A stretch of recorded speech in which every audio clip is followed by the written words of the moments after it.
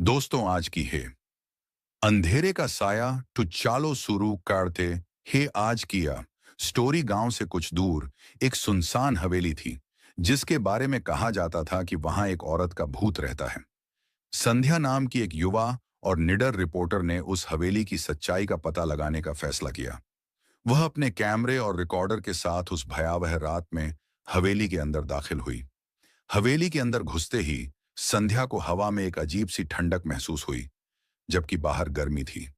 धूल से भरी सीढ़ियां चरमरा रही थीं और हर कदम पर एक अजीब सी खामोशी उसे डरा रही थी।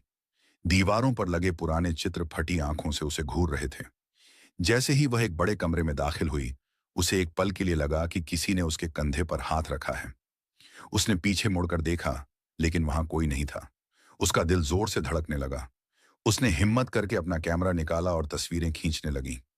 एक तस्वीर में उसे एक धुंधली परछाई दिखी जो एक कोने में खड़ी थी।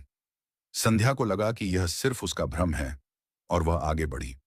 वह एक बेडरूम में पहुंची जहां एक पुराना टूटा हुआ पलंग पड़ा था। पलंग के पास एक मेज पर एक पुराना शीशा था जिसमें दरारें पड़ी थीं।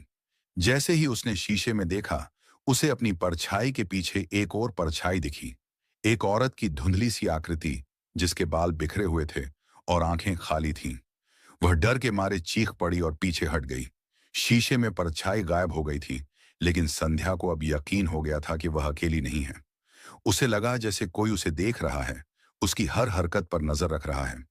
उसने जल्दी से रिकॉर्डर चालू किया और कमरे में हो रही अजीब आवाजों को रिकॉर्ड करने लगी। अचानक उसे एक धीमी, दर्दनाक आवाज सुनाई दी, जैसे कोई रो रहा हो। आवाज पलंग के नीचे से आ रही थी। हिम्मत जुटाकर उसने पलंग के नीचे देखा, लेकिन वहां कुछ नहीं था। जैसे ही वह खड़ी हुई, पलंग पर एक पुरानी गुड़िया दिखाई दी जिसकी आंखें काली थीं और उसमें से खून बह रहा था। संध्या का डर अब चरम पर था।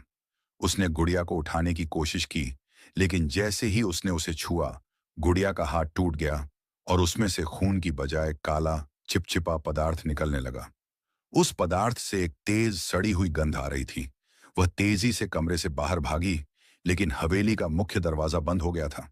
अब वह हवेली में फंस चुकी थी। हवेली में बिजली चली गई और अंधेरा छा गया। सिर्फ उसकी टॉर्च की रोशनी ही उसे रास्ता दिखा रही थी। उसे लगा कि कोई उसके पीछे चल रहा है। सांसें उसकी तेज हो गईं और डर से उसका गला सूखने लगा।